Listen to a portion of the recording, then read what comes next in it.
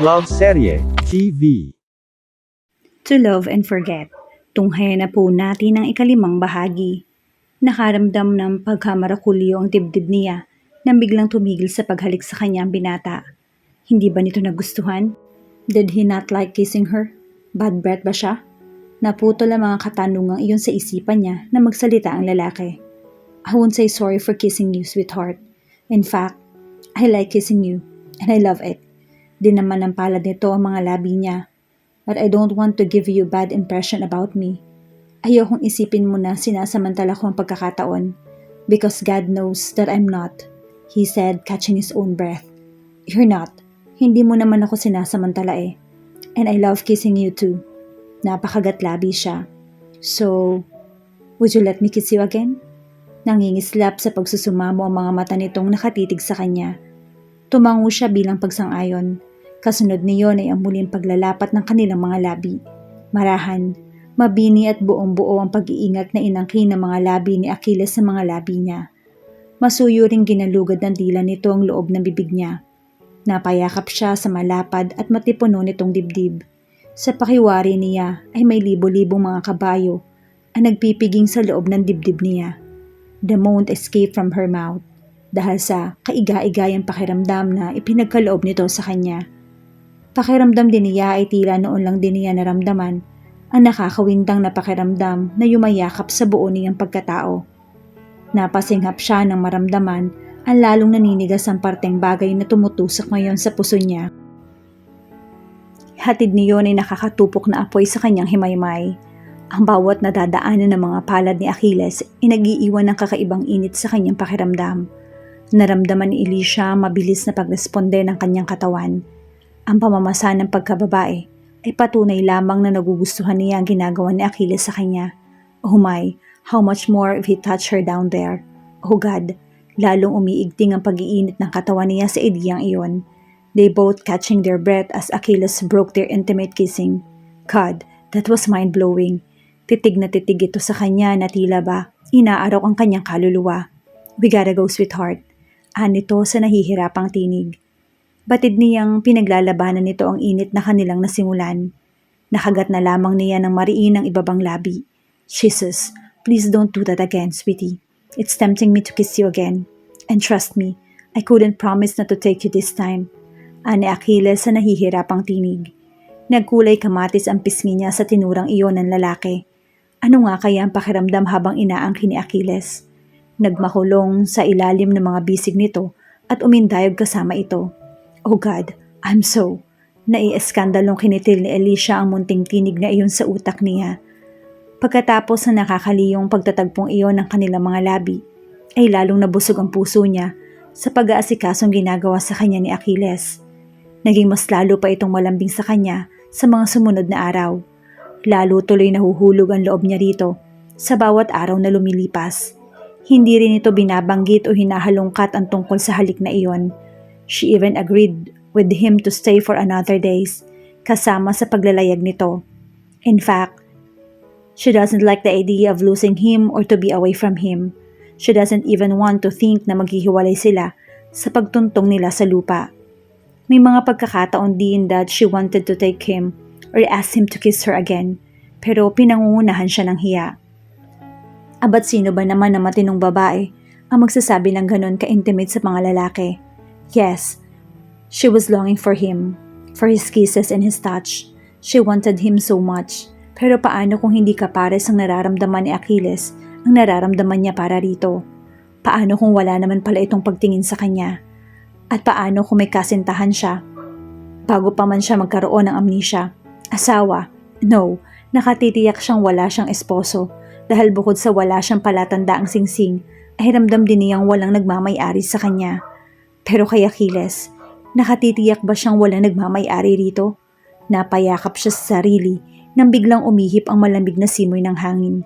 Kasalukuyan kasi siyang nagpapahangin sa upper deck ng yate habang nakatingin sa nangingislap na karagatan, sanhi na refleksyon ng liwanag ng buwan at ng mga bituin sa kalangitan. You're out of space. May I know what are you thinking, sweetheart? Ani Achilles na nagpapitlag sa kanya. Lumapit ito sa kanya at niyakap siya buhat sa kanyang likuran. Napasinghap din siya nang maramdaman ang init ng hininga nito sa kanyang batok. At nang dampian nito ng pinong halik ang leeg niya, ay nakakaliyong kiliti ang gumagapang sa kanyang mga ugat. "I wanna know what you're thinking," he said. Hinigpitan ng pagkakayakap sa kanya. "Because if you ask me what I'm thinking or who am I thinking," he paused for a second. "I'm always thinking of you all the time, sweetheart," he confessed. Isinubsob ang sariling mukha sa kanyang leeg. "I'm thinking, gusto mo na bang idaong ko na tong yate?" Nakaramdam siya ng kawalang pag-asa sa sinabing iyon ni Achilles. Ayaw na ba siya nitong makasama? Gusto na ba nitong umalis siya? Nagsasawa na ba ito kasama siya?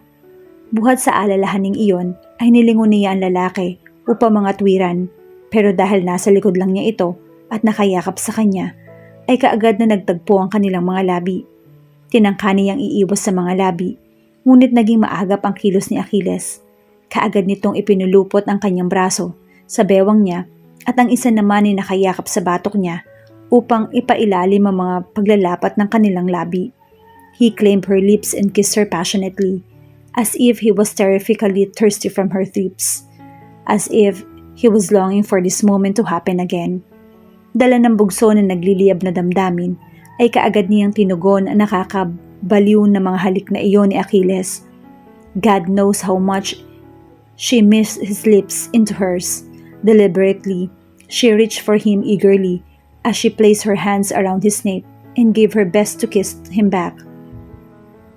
She wanted him to know how much she misses his lips, na ilang araw din siyang nagagahol at halos nababaliw sa paghahangad na muling maglapat ang kanilang mga labi. Kapwa sila halos pangamusa ng hininga nang pawalan ni Achilles sa mga labi niya, pero pinanatili nito ang pagkakayakap sa kanya. "Now, tell me, would you want me to stop the yacht and—" "No," maagap at marahas niyang sagot. Nangingislap ang mga matang napangiti si Achilles. He held her waist closer to his as he pressed himself into hers. "Does that mean you still want to stay with me for another day?" Nahihiyang napatango na lamang siya. Ang sunod niyang namalayan ay ang muling paglalapat ng kanilang mga labi, na lalo pa yatang naging masibasib at lumalim dahil sa sagot niyang iyon. "Dinner is ready, sweetheart," anito nang putulin nito ang halik. Magsasalita sana siya, pero binihag na naman nito ang mga labi niya. At anong nakikita niyang kislap sa mga mata ni Achilles? Is he really happy to be with her too? O ilusyon lamang niya ang mga iyon? Whatever it is, nakasisiguro ang puso niya that she still wants to be with him too. Oh God, she'll never wish to leave this man. Nang matapos silang maghapunan, ay bumalik sila sa upper deck ng yate upang magpahangin at magmuni-muni. They were comfortably laying down on the lounger as they both looking up in the sky, simultaneously counting the shining stars up in the sky. Nakaunan si Alicia sa matipunong braso ni Achilles habang dinadama ng palad ang dibdib nito. Kung tutuusin ay pwede naman niyang ukupahin ng isa pang bakanting lounger sa bandang kanan nila, but she rather clung to him as being with him makes her feel better. Gusto niyang palagi magkadikit ang katawan nilang dalawa. Nais niyang madama ang init ng katawan nito sa bawat segundo. Narinig niya ang lakas ng tibok ng puso ni Achilles. How she wished na siya ang tinitibok niyon, na siya lamang ang laman ng puso ng lalaki at wala ng iba. Pasimple siyang gumalaw upang lalong isiksik ang sarili nang maramdaman ang malamig na ihip ng hangin. Naramdaman naman iyon ni Achilles, kaya kaagad siya nitong niyakap. "I think we should get down now." Maya-mayayaan ni Achilles na bahagyang sinulyapan ang relos. Nakaramdam siya ng pagkadisgusto sa ideyang bababa na sila upang magpahinga. She still want to savor the splendid moment with him, magkatabi at magkayakap. "It's getting late and it's cold here, sweetheart. Ayokong sipunin at magkasakit ka," he added. Napahiyaw ang puso niya sa kaligayahan na nag-aalala ito sa kanya. Does it mean he likes her? They had kissed already, right? So malamang gusto siya nito. Her heart hammered inside her chest of the thoughts. Pakiwari niya pati mga kuko niya kinikilig. Napakaisiping may damdamin din para sa kanya si Achilles. Ang anumang pagtutol niya ay mabilis na tinangay ng malamig na simoy ng hangin. Dumadampi sa katawan niya. Isa pa'y ayaw din naman niya magkaroon ng sipon. Katulad ng mga nagdaang gabi, iniayos muna ni Achilles ang kama, kahit maayos naman iyon, bago siya mahiga roon. Tila siya teenager na kinikilig habang pinagmamasdan ng lalaki. Bahagya pa siyang nagitla mula sa pagde-daydream niya na magsalita si Achilles. "Good night, my sweetheart." Akmang tatalikod na ito na magsalita si Alicia. "Why? I mean, don't you wanna sleep on your own bed? Kasya naman tayong dalawa ah." Kandautal na wika niya. Ewan ba kasi niya kung bakit palagi siyang tinatanggihan-tabihan ng lalaki. But there's still part of her na natutuwa dahil tinutupad nito ang tinura na hindi nito sasamantalahin ng pagkakataon.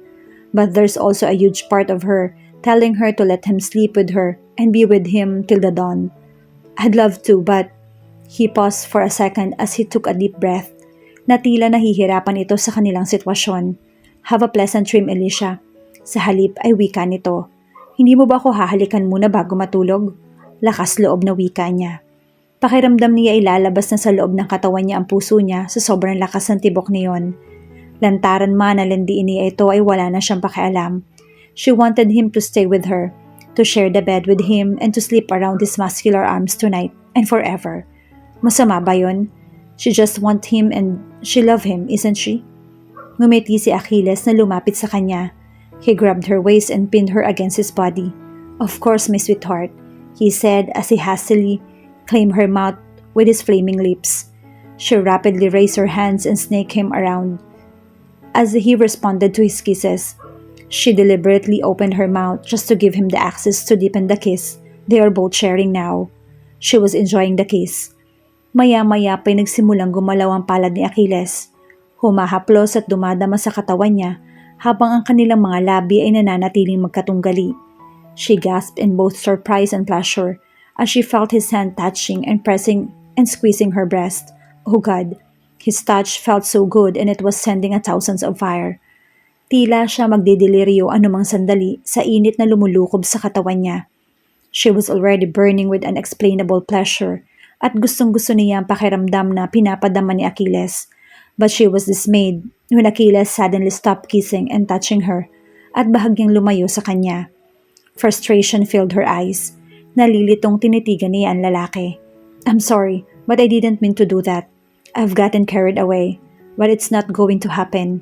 "But I like it," she interrupted. "Bakit ka tumigil? Don't you like me, Achilles?" she added as she bit her lip. Bumadha sa maganda niyang mukha ang pagkadismaya at pagkailang. Kaya ba ito nagsusorry sa kanya ay dahil wala itong pagtingin sa kanya? Bakit ngayon pa kung kailan hulog na ang puso niya? Bakit ngayon pa kung kailan handa na siyang ibigay at ipagkanulo ang sarili nito? "Alicia, mabaho ba kaya tumigil ka? Hindi ba ako kaaya-aya para sa iyo, Achilles?" Nasa tinig pa rin niya ang insekuridad. She says no. "You're not, sweetheart." Si Achilles na amused na tinitigan ang dalaga.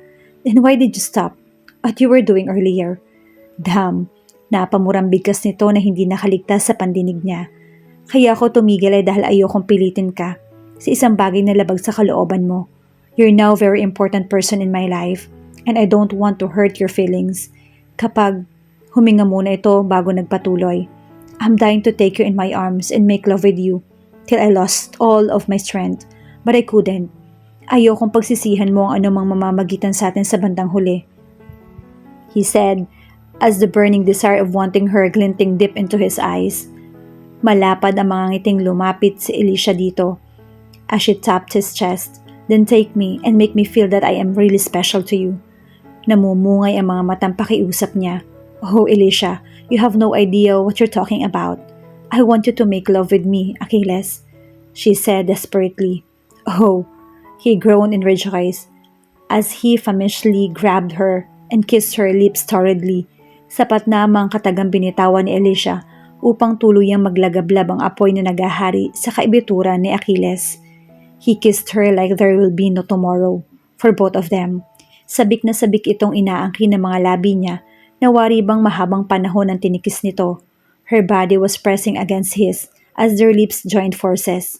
She moaned in pleasure as she felt his hand touching and thrilling her breast again. His kisses traveled down towards her neck. Naglalakbay ang mainit nito mga labi sa kanyang leeg. Hinahalik-halikan. Manahanak ay kinakagat-kagat ng hindi naman mariin. Sinisiguradong hindi siya masasaktan ngunit magdudulot sa kanya ng kaiga-igayang pakiramdam. Nang magsawa na marahil sa kakasisipsip sa kanyang leeg, ay pinaglakbay nitong muli ang mga labi pababa sa kanyang dibdib. Napaigtad at napasingha pa siya nang maramdaman ang mainit nitong hininga sa kanyang nagmamalaking hinaharap. She cried in pleasure as she felt his mouth kissing and sucking the tip of his beak as his other hand touching and pressing down between her thighs.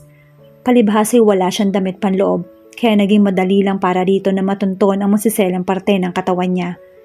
Napahapahalinghing siya dahil sa magkahalong sarap at kiliting pinapalasap nito sa kanya. Nagmistula itong sanggol na gutom habang patuloy na sinisip-sip ang magkabila niyang utong habang dinadama ang mainit itong daliri na basang-basa niyang kasarian. Si Alicia ay hindi malaman kung saan babaling ang ulo at kung saan huhugot ng lakas. Pakiramdam niya ay nagpapangamusa na siya ng hininga anumang sandali. Napayakap siya ng mahigpit sa batok ni Achilles sapagkat pakiramdam niya ay tuluyan na siyang tatakasan ng lakas dahil sa nakakaliyong apoy na tumutupok sa kanyang katawan. Napapaliyad pa siya nang magsimulang hagurin ni Achilles ang maselang parte ng katawan niya sa bahaging gitna ng mga hita niya kahit ang ekspertong daliri nito. Oh God, napapaliyad siya kasabay ng pag-ungol niya. Saglit na huminto si Achilles sa ginagawa, pagkatapos ay ipinantay ang mukha sa mukha niya. Hinalikan siya nitong muli sa mga labi. Ang sunod nitong ginawa ay binuhat siya nito sa bandang paanan ng kama. Ang buong akala ni Alicia ay tapos na ang sarap na nalalasap niya. Pero paglapat ng likod niya sa kama, ay malakas siyang napaungol. He was there between her thighs. What is he doing? She arched her back at the first brush of his lips in her folds. At nang ulitin iyon ni Achilles, ay napakapit siya ng mahigpit sa kobre kama kasabay ng kanyang paghalinghing. Stay still, sweetheart, he commanded, and he continued pleasuring her. Oh my God! He was kissing, licking, sucking, and eating her womanhood non-stop. Tila ito isang ekspertong bubuyog na sinisip-sip ang katas niya. She quivered in delirium. Halos mapuknat na ang kanyang paghinga. Hindi na rin niya mawari kung saan ibabaling ang ulo sanhi ng kakaibang ligayang nalalasap. Pakiramdam ni Alicia ay tuluyan na siyang nawawala sa tamang katinoan sa pinaggagawa ni Achilles. Pero ayaw niya itong tumigil. She wanted more and more, something that she can't even say. Achilles took both of his thighs and placed them on his shoulder to give himself more access to eat her flesh. Oh my! Her moan echoed in the four corner of his bed. Patuloy ito sa paghalik at pagsipsip sa kanyang pagkababae. Kuminsan pa'y kinakagat-kagat nito ang hiyas niya na hindi naman mariin na lalo nagdudulot ng kaiga-igayang pakiramdam. Hindi pa ito nakontento at ipinasok nitong isang daliri sa loob niya habang patuloy sa ginagawang pagsamba ang mga labi nito sa kanyang naglalawang hiyas. Napadaing siya sa magkahalong sarap at kiliti. He moved his finger in and out at almost hanging her to dear life as his tongue kept on moving in a circular motion. Pakiramdam ni Alicia ay pangangapusan na siya ng hangin sa dibdib sa walang tigil na kakaungol. Achilles, please, she cried in so much pleasure that already consumed her whole being. Tuluyan na siyang napasabunot sa buhok ni Achilles. Gumigiwang-gewang na rin ang balakang niya na tila sinasabayan ng bawat galaw ng mga daliri nito sa loob niya. Oh please, don't stop, she screamed in delightfulness as she moved her hips upang salubungin ang bawat paglabas-masok ng daliri nito sa loob ng pagkababae niya. And when she felt that there was something coming inside her, Alicia cried as she felt her first release. Nanginig siya sa sarap ng maramdaman niya ang pagsambulak ng kanyang katas. Sinipsip iyon lahat ni Achilles, at nang matiyak na malinis na iyon ay saka ito tumigil. Tumayo ito sa harapan niya habang kinakalag nito ang sariling kasuotan. Hindi nito kailanman hinihiwalay ang namumungay na mga mata sa pagkakatitig sa kanya. He was in so much pain at the moment. His shaft was already throbbing inside his boxer. Batid ni Alicia na hindi na niya ito maaawat pa at wala rin siyang balak na pigilan ito. Mula sa mainit na tagpong ito sa pagitan ni Alicia at Achilles, paano nga ba nila haharapin ang bukas kung matutuklasan nila ang katotohanan mula sa pagkatao ng bawat isa? Yan ang ating pakaabangan sa pagpapatuloy ng ating kwento bukas sa ganito ring oras. Shout out sa lahat nating masugid na taga-subaybay. Maraming salamat po sa patuloy ninyong pagsama sa amin sa kwentong ito. Hanggang sa muli, mag-ingat po tayong lahat.